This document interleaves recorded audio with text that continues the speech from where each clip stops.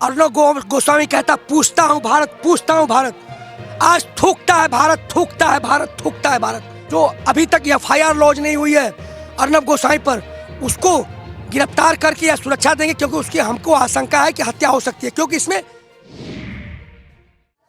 ये तमगे, ये मेडल देखकर आप शायद समझ गए होंगे कि हम किसके पास में हैं। इन मेडल से, इस वर्दी से आपको बहुत प्यार है और इस देश में जय जवान जय किसान का नारा हर किसी की ज़बान पर रहता है। तो आज हम कुछ जवानों के साथ में हैं जिन्होंने इस देश की मिट्टी को अपने खून से सींचा है, जो जंग में भागीदार हुए और जिन्होंने हमारी सरहदों की रक्षा की है। तो आज ये देश का जवान देश के किसानों के साथ बैठा हुआ है। हम लोग गाज़ीपुर बॉर्डर पर हैं और इन लोगों से बात करेंगे कि क्यों आखिर ये आज इस सड़क पर बैठ गए हैं।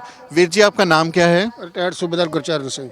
गुरचरण सिंह जी, तो आप यहाँ क्यों आए हैं? क्या मतलब है आपका यहाँ आने का? जहाँ जो हमारी गवर्नमेंट ने ये जो अंडानी अबानी कारपोरेट घरानों की दबाव में आकर के ये 3 साल पहले प्री प्लान करके उनके शायद लॉकडाउन वगैरह तैयार होने के बाद ये मई जून महीने में कोरोना की महामारी की आड़ में ये ऑर्डिनेंस ला करके इन कानूनों को जो पास किया है, ये किसान इसको डेथ वारंट मानते हैं।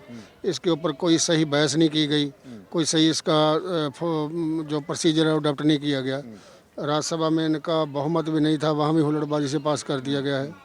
तो हम इनका ये विरोध करने के लिए किसानों के फेवर में आए हैं।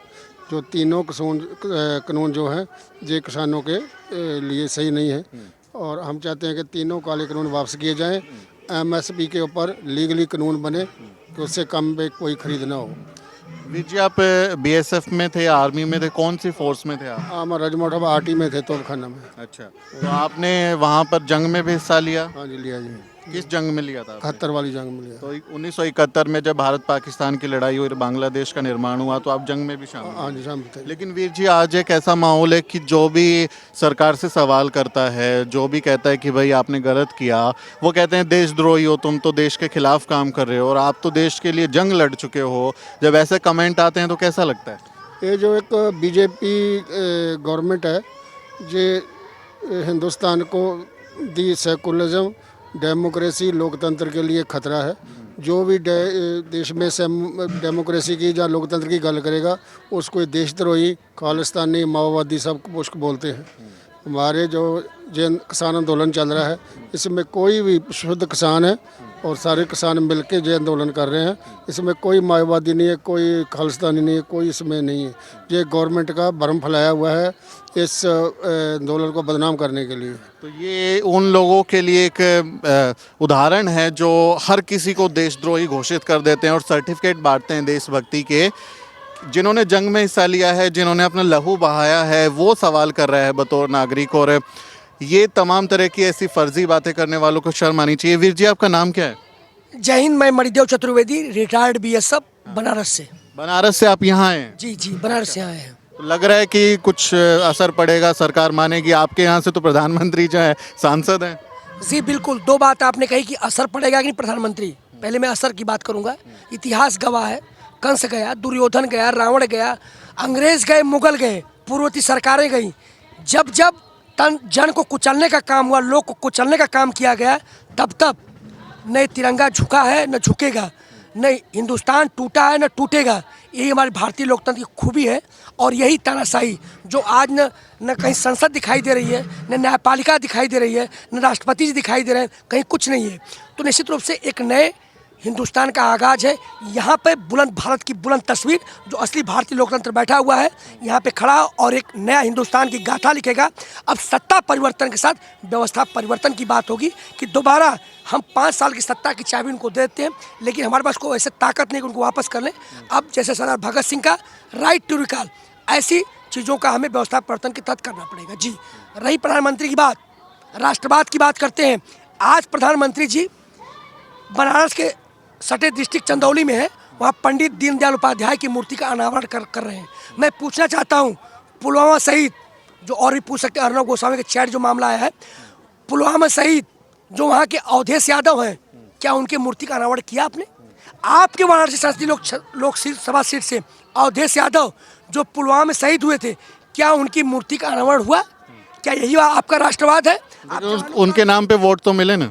मिले, कहीं ना कहीं गुमराह किया गया जनता को। हम कहते हैं एक आदमी कुछ आदमियों को कुछ समय के लिए मूर्ख बना सकता है, एक आदमी सारे आदमियों के और टाइम के लिए, लेकिन एक आदमी सारे टाइम के लिए सारे आदमियों को मूर्ख नहीं बना सकता। आज वही कलई खुल चुकी है, सब कुछ बिक चुका है, आज कुछ नहीं है। लेकिन हमने अभी देखा कि जो चैट अर्नब गोस्वामी की और जो एक बार के जो अधिकारी थे उनके साथ चर्चा के दौरान उन्होंने बोला, उन्होंने पुलवामा हमले के बारे में भी पहले से जानकारी थी और जो बालाकोट में पाकिस्तान में एयर स्ट्राइक हुई उसके बारे में भी उनको जानकारी थी। तो इतना बड़ा सीक्रेट आप दूसरे देश में, दुश्मन देश में सैन्य कार्रवाई कर रहे हैं और उसकी जानकारी 3 दिन पहले आपके पास हो गई, तो ये देशद्रोह नहीं है, ये गद्दारी नहीं है? अगर वो पाकिस्तानी जासूसों के हाथ लग जाती तो?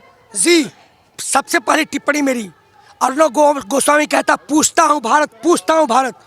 आज थूकता है भारत, थूकता है भारत, थूकता है भारत। निश्चित रूप से ये लाशों पे बैठ करके उन शहीदों की विधवाओं से पूछिए, उनकी बहन से पूछिए, उसके भाई से पूछिए, पिता से पूछिए कि उनके दिल पे क्या गुजर रही होगी। आपने वोट बैंक तुष्टिकरण के चलते जवानों के लाशों पर आप रौंद दिए। मैं 2019 में खुलासा किया था, मैं माननीय सुप्रीम कोर्ट से दरख्वास्त करना चाहूँगा, क्या जो उसकी जांच हो चुकी है, ये चैट आने के बाद क्या दोबारा जांच को खोलेंगे? क्या सुप्रीम कोर्ट, जबकि पीएमओ कार्यालय से चैट हुआ है, क्या इस संसद को भंग करेंगे? क्या जो अभी तक एफआईआर लॉन्च नहीं हुई है अर्नब गोस्वामी पर, उसको गिरफ्तार करके या सुरक्षा देंगे? क्योंकि उसकी हमको आशंका है कि हत्या हो सकती है, क्योंकि इसमें चूँकि मामला सुरक्षा से जुड़ा हुआ है, बहुत बड़े बड़े इसमें लोग आएंगे, क्योंकि उसको सर्जिकल स्ट्राइक के पहले, पुलवामा के पहले पता लग जाता है।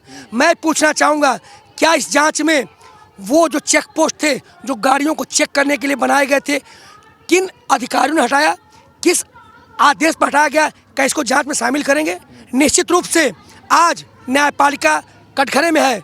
विश्वास जिस प्रकार से संसदीय समिति बनी 4 आदमियों की, जो बिल के पक्ष में थे उनको लाया गया, क्या मैसेज गया? पीड़ित हमेशा कोर्ट में जाता है, हम गए नहीं, हमने समिति मांगी नहीं, हमको थोप दिया गया। सरकार गई, सरकार जाने, आप जानिए, हमें आप बुला रहे हैं। कहीं ना कहीं समिति की बात करते हैं, समिति संसद है। आपको जो स्वस्थ खूबसूरत लोकतंत्र की परंपरा है कि आप संबंधित लोगों से चर्चा करें, परामर्श करें, कृषि वैज्ञानिकों से पूछें, कृषि नेताओं से पूछें, किसानों से पूछें, फिर संसद के पटल पे लाएं, संसद में बहस हो, उसके बाद पास हो। क्या जरूरत थी कि रात के अंधियारे में अध्यादेश लाए आप? क्या जरूरत थी? उसी दिन ये बिल शक के दायरे में हो गया था, अर्थात ये बिल काला है। जब तक बिल वापसी नहीं, तब तक घर वापसी नहीं। तो जब तक बिल वापसी नहीं तब तक घर वापसी नहीं, ये इन लोगों का साफ तौर पर कहना है। और एक देश का जवान जो है वो भी देश के किसान के लिए सड़क पर बैठा है कि आप हमारी बात सुनिए, प्रधानमंत्री जी हमारी बात सुनिए और इन तीनों कृषि कानूनों को वापस ले लीजिए। हमारे साथ कुछ और लोग भी हैं, उनसे भी बात करेंगे। वीर जी, आपका नाम क्या है? सूबेदार मेजर जयप्रकाश मिश्रा, संस्थापक और राष्ट्रीय अध्यक्ष वेटरन्स एसोसिएशन। अच्छा, तो सूबेदार साहब, लग रहा है प्रधानमंत्री जो जय जवान जय किसान का नारा देते हैं, जवानों के नाम पे वोट लिए हैं, बात मानेंगे आपकी? हमको तो देशद्रोही कह देते हैं वो। उनके कहने से नहीं होगा ना, यहाँ जनता न्याय करेगी। ये जनता एकजुट हो चुकी है। वो तो शुरू से फूट डालो राज करो वाली नीति अपना रहे हैं।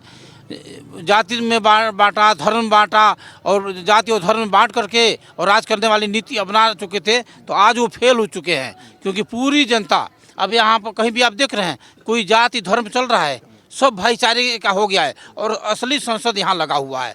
ये संसद जो निर्णय लेगी वही होगा, वहाँ की संसद से नहीं होगा। वहाँ 200, 400, 500 लोग बैठे हुए हैं, यहाँ करोड़ों लोग बैठे हुए हैं। तो यह संसद निर्णय ले चुकी है कि इनको बैक फुट पर जाना पड़ेगा, तो जाना ही पड़ेगा। तो वो जन संसद के जो फैसले उनका सम्मान करेंगे कि नहीं? वीर जी, अपना नाम बताइए।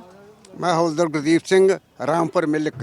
अच्छा, हवलदार गुरदीप जी, तो ये मेडल के बारे में जरा बताइए, कौन सा, इसका मतलब क्या है, कैसे मिले आपको, इनके बारे में? ये मेडल लड़ाई के हैं, जो सर्विस की है उसी की हैं। मैं सरकार को, सिर्फ आपको भी सरकार को 2 बातें बताना चाहता हूँ। ये बोल देते हैं जय किसान जय जवान। किसान और जवान 2 नहीं है, किसान और जवान एक ही है। हम ही किसान हैं तो हम ही जवान हैं। अगर बॉर्डर पर खड़ा है वो हमारा बेटा है, अगर यहाँ खेत में जूझ रहा है तो वो हम ही हैं। इसलिए हम 2 नहीं हैं, एक ही हैं। जय जवान जय किसान नहीं है, किसान भी वही है तो जवान भी वही है। इसलिए कोई नेता बता सकता है मेरा बेटा वहाँ खड़ा है, किसी का बेटा खड़ा है वहाँ, किसी मंत्री का बेटा है वहाँ पर। जो लड़ाई लड़ने वाले हैं हमारे बेटे हैं, हम लड़ते हैं, हमने लड़ाई लड़ी थी। हम अभी बाप यहाँ पर बैठा तो बेटा भी यहीं आएगा, क्या करेगा वो। इसलिए ये लड़ाई हम लोगों की हमने लड़नी है और लड़कर जीत कर जाएंगे। हमने जीत ही सीखा है शुरू से। वीर जी आप अपना नाम बताइए जरा। हमारा नाम देसा सिंह है। हमारी 75 साल की उम्र हो चुकी है। अच्छा। हमने 1965 की लड़ाई लड़ी हुई है। अच्छा, 1965 में आप पाकिस्तान से युद्ध लड़ चुके हैं। युद्ध लड़ चुके हैं, हमारे पास मेडल सबूत है। हमारे पास 1965 का लड़ाई लड़ चुके हैं। आज हम देखो नीले पर्वत के थल्ले किसानों के साथ सड़कों पर रो रहे हैं। हमारी ये दशा इस मोदी जी को अच्छी लग रही है, बहुत बुरी लग रही है। इसको हम चेतावनी दे रहे हैं कि जल्दी से जल्दी ये तीनों कानून वापस ले ले ताकि मुल्क को बचाए। अच्छा, आज सुप्रीम कोर्ट ने वीर जी कहा है, दिल्ली पुलिस ने याचिका डाली थी सुप्रीम कोर्ट में कि जो 26 तारीख को आप लोगों ने ट्रैक्टर परेड का ऐलान किया है तो उस पर रोक लगाई जाए। तो सुप्रीम कोर्ट ने कहा है दिल्ली पुलिस को कि आप अपने हिसाब से रोकिए, आपको जो करना है, आपको पूरी आज़ादी है। तो दिल्ली पुलिस कार्रवाई कर सकती है। वो जो हमारे किसान नेता है जैसा ऑर्डर करेंगे वैसा ही होएगा। आप लोग पीछे नहीं हटने वाले? पीछे नहीं हटेंगे, नहीं पीछे हटेंगे। पीछे हटेंगे वीर जी कि आगे बढ़ेंगे? आए तो आगे बढ़ने सही है, देखो मौका क्या कहता है। आप कौन सी फोर्स में रहे हैं? बीएसएफ में, आर्मी में, कौन सी बटालियन? सिख ग्रुप में। हम 71 की लड़ाई लड़ी है। 71 की लड़ाई में आप शामिल हुए थे? हाँ, शामिल हुए। तो आपने तो लहू दिया है देश के लिए। फिर लहू दिया, बाप हुन जरा बुढ़ेपे में रहता है वो भी निकालना चाहते हैं। जो रह गया वो निकालना चाहते उस लड़ाई में जो खून बच गया उसको निकालने की कोशिश। हैं, वो निकालना चाहते हैं। जी वीर जी आप कुछ कहना चाह रहे हैं? हाँ, मैं ये कहना चाह रहा था कि दिल्ली जो है हमारी है, दिल्ली इनकी नहीं है, दिल्ली हमारी है। बघेल सिंह ने दिल्ली लीज पर दिया है। जो हम लोग जो पंजाब को बोले भाई ये वापस चला जाएगा, पंजाब कभी वापस नहीं जाएगा। पंजाब ने दिल्ली पर कितना 17-18 बार झंडा चढ़ाया है और दिल्ली हमारी है, कभी भी जा सकते हैं। ये किसान को कैसे रोक सकेंगे?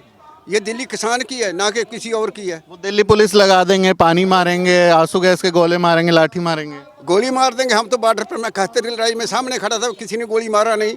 वहाँ लड़ाई में हमने 14 पोस्ट लेकर दी है पाकिस्तान के इस हिंदुस्तान को, लेकिन तब तो पूरा देश हमें शाबाशी दे रहा था। अब हम अपने घर के लिए पूछ रहे हैं तो देश हमें वो लाठी मार रहा है। क्यों मार रहा है? ये लाठी मारनी इनके लिए गलत है। इसलिए मैं थोड़ा बात करना चाहता हूँ कि हम लोग जो है ना, हम रोना नहीं सीखे, हम रोना नहीं सीखे, हादसा नहीं भूले। हम रोना नहीं सीखे, हादसा नहीं भूले। आ ठंड किवें भुलांगे, तमाशा ही नहीं भूले। कहता ओए सुनो मेरे दोस्तों, पर मैं कहना नहीं चाहता। सुनो मेरे दोस्तों, मैं कहना नहीं चाहता। जिथे डांगा वजियां पासा नहीं भुले इन्होंने, जिथे डांगा मारियां ने सानू याद रहणगियां, ਤਾਂ ਕਿ ਅਸੀਂ ਆਉਣ ਵਾਲੇ ਸਮੇਂ 'ਚ ਵੀ ਦੱਸ ਸਕੀਏ ਇਹਨਾਂ ਨੂੰ ਕੀ ਹੈ। ਆਉਣ ਵਾਲੇ ਸਮੇਂ ਸਾਡੇ ਫਿਰ ਨਾ ਸਵਾਰਾ ਸਿਰ ਤੇ बैठ जाना। ये देश के जय जवान जय किसान, और इनका कहना है कि जवान और किसान एक ही है, और जो बॉर्डर पर जब ये रक्षा करते हैं तो उसी परिवार का व्यक्ति खेत में अपना पसीना बहाता है, बॉर्डर पे ये अपना लहू बहाते हैं।